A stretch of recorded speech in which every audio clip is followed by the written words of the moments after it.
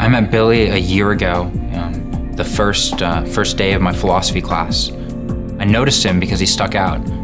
He was asking very sincere and personal questions, and immediately I knew that he was looking for something more than just learning.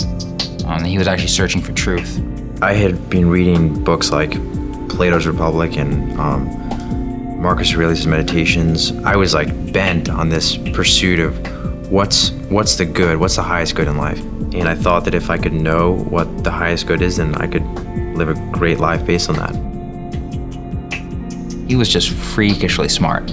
I'd never met anyone else my age who was so well-read in philosophy and so difficult to disentangle. It almost felt sometimes that he was so smart that a lot of the philosophy was becoming a stumbling block. So I asked him if he wanted to read the Bible with me, and he said sure. So we started reading through the Gospel of John together. I'm just going through and thinking about what the Bible says about Jesus, what it says about God, what it means to be a Christian, and how one can be saved. And one weekend he came along with us to a retreat with a Christian group of students. I thought it was a little weird, but the main reason I wanted to go on this retreat was the skiing, because they were offering skiing that Saturday, and I was like, yeah, I want to ski. The passage that was preached that night was from Hosea, and the way it was presented was that, God has given so much. God has bought us back. He has purchased us back when we didn't deserve it. I was just struck by how clear they were making the gospel presentation. Not only was it impacting me, but I could tell from looking at Billy that it was impacting him.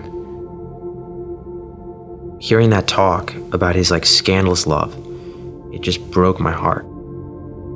That was an amazing love. That was the kind of love that I was trying to live up to, and which I couldn't do. There was no way I could ever do it. He loved me.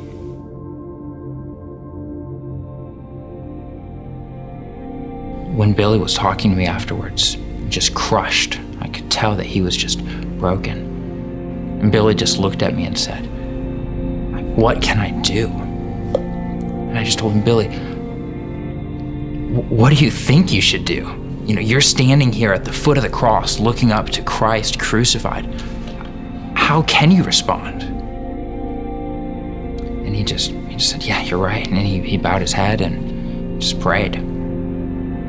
I didn't really know what to do, honestly. I thought, am I supposed to do something? How do I lead him through a prayer? I'd never led anyone through a prayer before, but I didn't have to. He just bowed his head and prayed quietly, and I was praying for him as he prayed. What I realized after that conference is, the most important thing is not what you know, but rather what you love in life and what you're serving in your life and who you're serving in life. And at that moment, because of Christ's great love for me, I loved Jesus and I wanted to serve him. And so I just entrusted my life to him.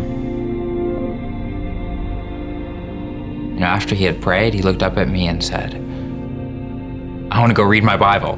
What should I read?" And so I directed him to 1 John. I thought that'd be a good place for him to start. And off he went. I went back up to the room where we were staying, and sure enough, he's just in there reading his Bible, just crying and just circling all these words and just reading through and being it all makes sense. It just all makes sense.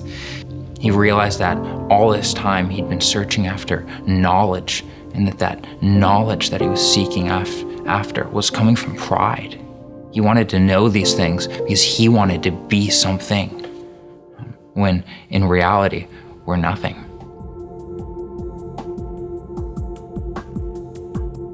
My name is Billy. I'm a Christian today because someone brought the gospel to me.